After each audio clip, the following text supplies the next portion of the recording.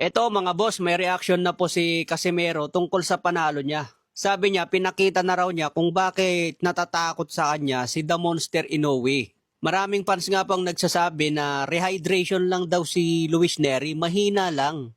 Kaya raw natumba siya, parang walang lakas. Pero matatandaan nyo ba, noong lumaban si Casimero kay Sanchez, di ba nag-overweight din si Casimero at binigyan ng rehydration clause?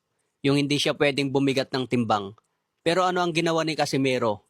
Winasak pa rin niya si Sanchez. Round 1 knockout pa rin ang ginawa ni Casimero. Kahit may rehydration clause si Casimero doon.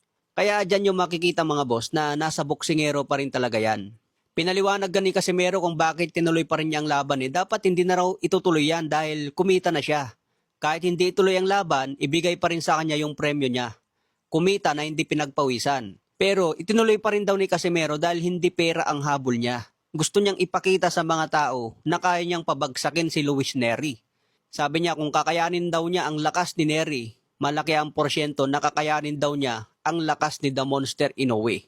So pakinggan natin mga boss. Hindi ko minamadali kasi alam ko may lakas siya. Delikado pag ako yung matamaan din. Hindi ko alam kung kapag ako matamaan din, kaya ko ba saluhin yung suntok niya. Yung pagka-overweight niya, pwede naman ako hindi lalaban sana eh. Kaya yun, sabi ng huwag na lang pera naman. Pero alam hangad yung panalo lang, gusto ko yung magharap talaga kami ng... Ayan mga boss ang pahayag ni Casimero. Kahit 100% pa ang kondisyon ni Luis Nery, alam ni Cuadro Alas na kaya niya itong talunin. Ano sa tingin niyo mga boss? Kung sakaling papalag na si Naoya Inoue kay Casimero, ano sa tingin niyo ang kakalabasan ng laban nila? Meron talagang tsansa yung suntok ni Casimero eh. Kaya mahirap pa rin siya kalaban lalo na kung maganda ang kanyang kondisyon. Sabi nga niya matapos ang huling laban niya, pinaghandaan agad ang next fight. Lalo na nung malaman daw niya na si Luis Nery ang itapat sa kanya. Kaya abangan natin ang kanyang susunod na laban at sana sunod-sunod na ito. Mga world-rated boxer sana ang itapat kay Cuadro Alas. Sa ibang banda, Kenneth Lover matapos nga po matalo kay Angeletti. Muling binalikan ang naging interview niya dati kay Paukas Sports. Kung saan sinabi kasi ni Kenneth Lover doon, mapipilitan daw si Michael Angeletti na lumaban sa kanya. Dahil alam niya na puro takbo lang daw ang gagawin nito. Kaya kung sasabay daw sa kanya si Michael Angeletti, siguradong may babagsak.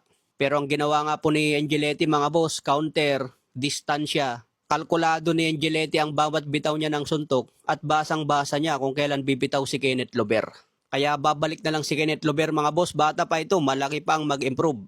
Sinasabi ng mga fans na wag na raw gayahin ni Kenneth Lover ang estilo ni Manny Pacquiao. Kaya comment ng mga fans binuhos daw kasi ni Lover ang lakas niya sa mga unang round. Kaya pagdating sa dulo, medyo bumagal na siya. Samantala Silver Boys, sinabi nga po na nadulas lang daw si Luis Nery. Madaya daw yung referee dahil kinount na knockdown lalo yung round 3. Nadulas lang daw doon si Nery at hindi naman knockdown yon. Ayan mga boss ang reaction naman ni Silver Boys. Okay mga boss, hanggang sa muli nating updates.